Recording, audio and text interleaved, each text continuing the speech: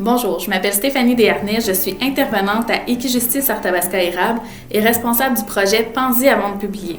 Le projet a vu le jour en 2014 et a pour objectif de développer l'esprit critique des utilisateurs quant à leur utilisation des médias sociaux. J'espère que vous allez bien en cette période de confinement et que votre dynamique familiale se porte bien également. Peut-être qu'avec tout ce temps libre, vos enfants et vos adolescents passent beaucoup de temps devant leurs écrans, qu'ils communiquent beaucoup avec leurs amis via les applications de réseaux sociaux, qu'ils s'envoient des photos, des messages, des vidéos. Peut-être même qu'ils jouent à leurs jeux vidéo en ligne pour communiquer aussi avec leurs amis via ces jeux vidéo-là. Ce serait tout à fait normal, parce qu'effectivement, ils ont beaucoup de temps libre et aussi, leur seul moyen de garder contact avec leurs amis, c'est le moyen virtuel. En fait, il faut savoir que c'est un outil de communication et il est important d'instaurer des règles par rapport à cet outil-là que vous leur donnez accès. On parle d'encadrement bienveillant lorsqu'on met des limites claires à notre enfant et que ces limites vont dans l'intérêt de son bien-être. Nommez vos inquiétudes en tant que parent. Intéressez-vous à ce que votre enfant fait sans être trop intrusif. C'est sûr que si vous demandez à votre enfant de vous montrer ses conversations privées, peut-être qu'il ne voudra pas. Mais si vous lui demandez des questions plus générales, par exemple, as-tu un compte TikTok, toi? J'ai entendu une amie parler de ça aujourd'hui. Qu'est-ce qu'on peut y faire? On peut y envoyer des photos, des vidéos? Est-ce que c'est à tout le monde ou c'est seulement un groupe restreint, des amis que je choisis? Donc, intéressez-vous à ces jeux, à ces applications, encore une fois, sans être trop intrusif. Dès que vous entendez un nouveau mot dans son vocabulaire, un nouveau jeu, une nouvelle application auquel il joue, intéressez-vous un peu à qu'est-ce que c'est, qu'est-ce qu'on peut y faire.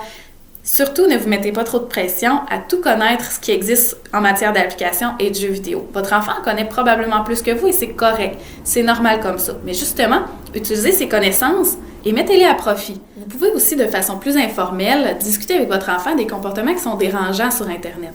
Par exemple, demandez-lui si ça lui arrive parfois de voir des insultes, des gens qui écrivent des commentaires blessants, humiliants.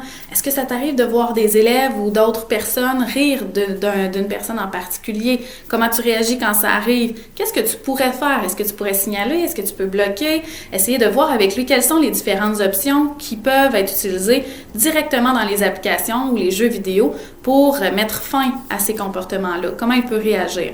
Essayez aussi d'utiliser des cas d'actualité.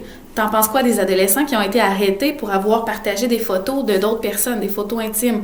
Les jeunes qui ont été filmés à leur insu dans un collège. Qu'est-ce que t'en penses, toi? Si ça t'arrivait, comment tu réagirais? Si ça arrivait dans ton école? Donc, utiliser des cas moins personnels qui vont leur faire moins peur et qui vont les aider peut-être à plus parler et réfléchir ensemble de comment ils pourraient réagir si ce genre de situation venait qu'à leur arriver.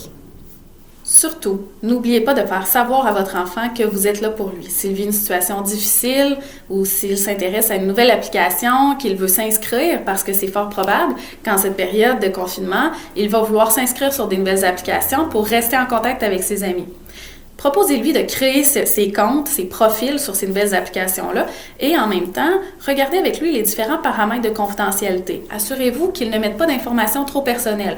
Nom, adresse, numéro de téléphone, date de naissance, toutes les informations qui permettraient de le retracer. Les informations de géolocalisation, entre autres, permettent à des gens de savoir en temps réel où la personne se trouve. Désactivez ces applications-là. Donc, c'est important de prendre ce temps-là, de prendre ce moment-là pour essayer de le sensibiliser, de l'éduquer aux conditions sécuritaires pour éviter qu'il se retrouve dans une situation désagréable sur Internet. Le plus important est de garder la communication ouverte. Surtout, lâchez pas, partagez notre capsule et soyez à l'affût de nos prochaines capsules vidéo Pense-y avant de publier.